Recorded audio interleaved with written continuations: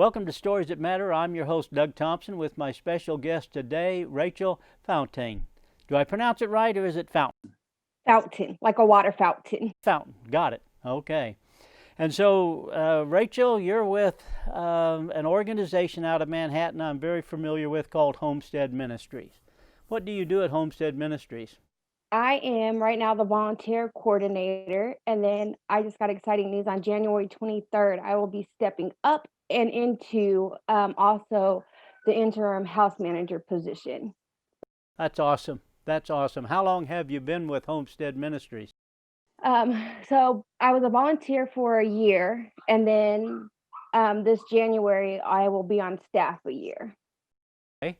And tell me, what is Homestead Ministries? We work with survivors of sex trafficking. All right. And when you say you work with them, what's the goal?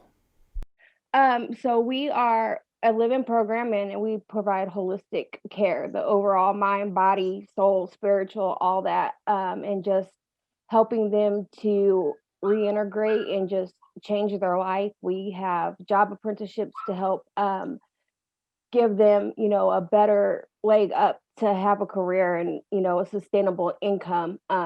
Without that, they're very much susceptible to going back to their old lifestyle. So which is sex trafficking, right? Yes. Okay. And what experience do you bring to this job? So I too have been in sex trafficking. I, very much what they've called boyfriending, and so where you're providing sex to have a place to stay, or just your basic needs met. And so I've been there. I've done that. I also have had two prior felony convictions from, and one of the big things with sex trafficking is that a lot of us girls are victimized at a young age in childhood. And so that trajectory is set. You just become easier prey. So I have that same story. And due to that trauma, a lot of undiagnosed mental health issues that led to being in and out of in and out of jail for several years. Well, Rachel, does that usually begin with at a pretty early age in young girls' life? Yes, that And trajectory is set at a very young age. So, okay, are you comfortable if I ask you specifically about yours? yeah. Okay, what age did you what caused you to get involved in the sex trafficking industry, and how old were you? So I was like 18, 19. I had just graduated high school. I wanted out of my mom's house. I come from a very unstable home, and so I just wanted out. And I met this guy and his family at my job, and I thought it was more, but after a lot of thought and consideration, I was doing sexual favors just to him, for him, to live with him and his parents. But the majority of the time, he was never there. He was out with other girls, and I was just, doing things for him to have a place to stay. Is he the one then that introduced you into the sex trafficking by, I don't know what the word would it be, prostituting you? Um, my services were just basically to him, and I don't, and really knowing him and his intelligence level, like I don't even know that he would understand the trafficking part behind that. Okay. And so from that relationship, where did you go as it pertains to sex trafficking? Um, so for several, like just on and off for years until probably 23, I would, just random guys, if that gave me a place to stay, and that's what I did. So for several years, it was just being able to provide a place to stay or giving them a ride and having gas money, things like that. So, And is that how you were able to find a place to live and to exist, was from household to household with gentlemen? yeah, that's how I survived. Yeah. When you got to that age of 23, what changed? Incarceration and being in jail.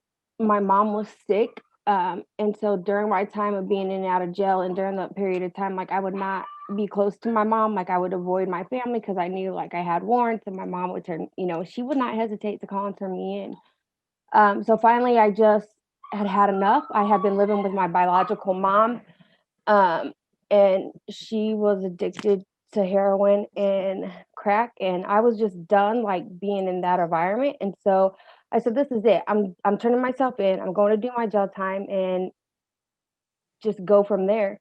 And so just while being in jail, like, just the thought of something, how sick my mom was and losing her, like, while I was incarcerated, I would never have been able to live with myself. So I got out and I went to the emergency shelter here in Manhattan. Then I had been back to Kansas City for a while, and I was in a very abusive relationship there. And my probation officer here was just like, "Come back, let's work this out." And I told him right then, like, what was going on. And so he got me into the women's battered shelter here. And so I went there, and I had been on probation with him for several years and not accomplished anything. And so I finally told him, I was like, "I'm gonna apply to K-State, like, I'm going to school, like, I'm changing, like, I'm done with this." So I applied in the summer of 2009 to K-State, or in 2008, and got accepted and started in 2009. Was holding down a job, had my own place, and eventually met my husband. So All right, that's an awesome story. And what age are you now? I am 37. And how long have you and your husband been married? May, it'll be 8 years. We've been Oh, together 13 in January. that's awesome. Children? No, no. I feel like my calling is just more, missions and my ministry with the women. So You feel like you have a lot of children, don't you? yeah, yeah, sometimes. Well, Rachel. So, um, when you're talking to the kids, I say kids, that's because I'm an old guy now. But when you're talking to the young girls that have been through this sort of a story, they may not realize that you've been through it until you start sharing. Is that part true? Yeah, yeah. And I'm very open with our girls. Like, I mean, I may not go into complete details, but I do share with them, I've been down this road. I've been in trouble. I've been in and out of jail. I have a record, but I have felonies. I'm not a felon. And I tell them so much, like, my purpose of getting a degree in criminology and doing what I do is because I feel like so many young people who have felonies, let that be their motivation to be a nobody, or their excuse to be a nobody instead of their motivation to become somebody. Um, and I just wanted to be an example that, like, I have felonies. I'm not a felon. Those mistakes don't define who I am. And, like, if I can set out and achieve what I want to do and get a degree in criminology and change, it's possible. Rachel, as I listen to you as you're talking about this, many of the young people that I encounter, whether it's men or women, because there's drugs, there's all kinds of things, and me being a judge, I run across a lot of that, and being an attorney as well. And so one of the things that you said right here is, of course, being able to talk to the kids using the same language. I have sat where you're sitting. I have been in the chair that you're in. I know where you are, and I know where you have been. But here's where you can go. You find that, I'm sure when you sat in that chair, you found it very encouraging to be able to talk to somebody from Homestead, perhaps, or somebody else in your life that said, look, you think you're the first one that's made mistakes? You're not. And that you can work through it. Did you have somebody like that? You know, my circle was very small and very broken. Like, my family system was broken. So really, my community corrections officer was monumental. I had a very great relationship with him, and being able to just be open and honest, like, we're only as healthy as we are honest. And so I just could connect with him and, hey, I messed it up, or I'm heading down this path and this is what's going on. And hey, this is what we need to do to figure this out and to get this back on the right path. And so yeah, my community corrections officer, and still to this day, like, I talk to him constantly because he was my rock. Like, I mean, I always joked with him and told him, Brett, you're just you're like my big brother, but you just have the ability to throw my butt in jail if I mess up. And so he was the biggest source for me Yeah. to help change. And so most of the people that are involved in the sex trafficking, and by that I mean the victims of it, as they begin to make that transition, very, very difficult to do unless they begin to build a relationship with the Lord. Did you build a relationship with the Lord? Oh, yes.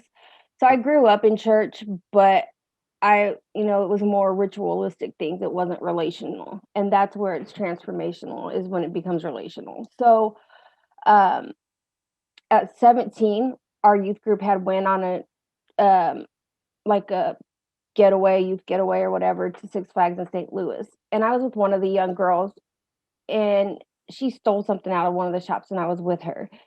So we both got arrested, and like the youth group pastor just like outed us in front of the whole youth group and the whole church. And I was hurt by that. Like, yeah, I get that something needed to be done and steps should have been taken to, reprimand. Um, but like later it came out that I wasn't even involved. Like, I was in the shop with her, I had entered, but I wasn't with her in the same area as her when she did this. And so I fell away from church for a very long time.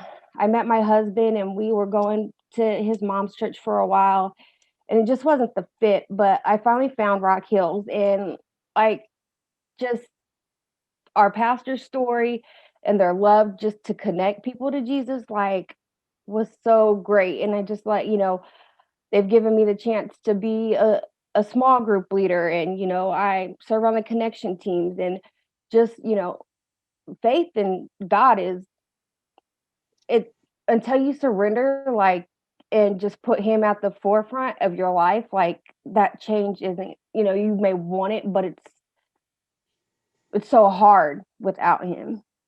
Yeah, I don't know how people could do it without the Lord. I've seen some pretty tough people who have made a lot of mistakes, and they say, I want to change, and they give it 110%.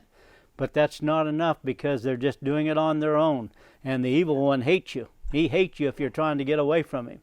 And for those who have been successful, it's because they've turned their life over to the Lord and gone from there. And that builds that armor of protection about you. You find that to be true? Yes. And like I tell our girls all the time, just because, we're Christians and we, relationship with God, that doesn't make us bulletproof.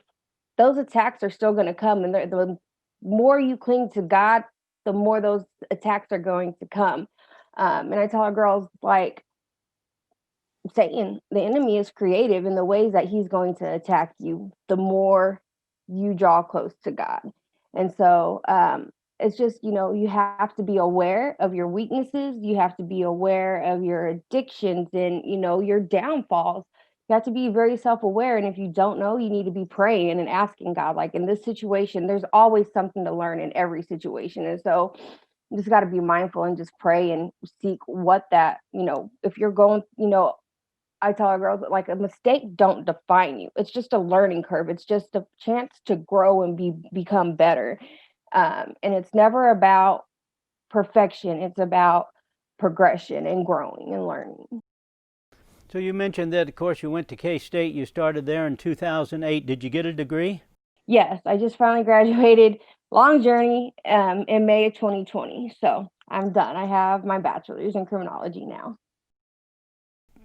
That's tremendous, because you did this by working, earning a little bit of money, taking some classes, and you kept moving forward all the way.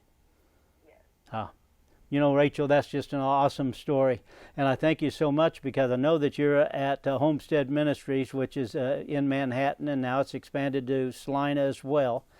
And your supervisor, or the big boss of the organization, is a friend of mine, Deb Klutz. Yeah, she's amazing. And they do a fantastic job. How many kids or young women go through that in the course of a year? It just depends. So we can hold 6 girls at our Manhattan location, and then it's 6 months to a 2-year commitment, but not all the girls make it. Some leave, and so it just varies. Really, just depends on whether the girls stay or not. So I suspect, Rachel, that you have, and I'm not asking you to identify any of these. I'm just asking if you've had these. You've had some girls that have come into this to Homestead, and you're feeling like, boy, they can do it. they can do it. And they let you down and they don't do it. They let themselves down. You have some that come in and I don't think they've turned the corner. I don't think they can do it. And boom, the Lord gets a hold of them and it just turns and their life turns around and they go on and they have a life just like what you have, and they're married now and they've got family and jobs, and the rest of this is something that they freely share because they know others are going through it. Are both of those examples correct? Oh yeah, very much so. Very Wow. much so. Well, Rachel, I have appreciated visiting with you today, and thank you so much for taking time to visit with us. Thank you so much for sharing the journey that you've been on and for sharing your the experiences with those who are at the homestead that you're helping to be able to transition through, getting the education for yourself and your family. I think it's awesome. Thank you. Good talking to you. You too. All right, you take care. God bless you.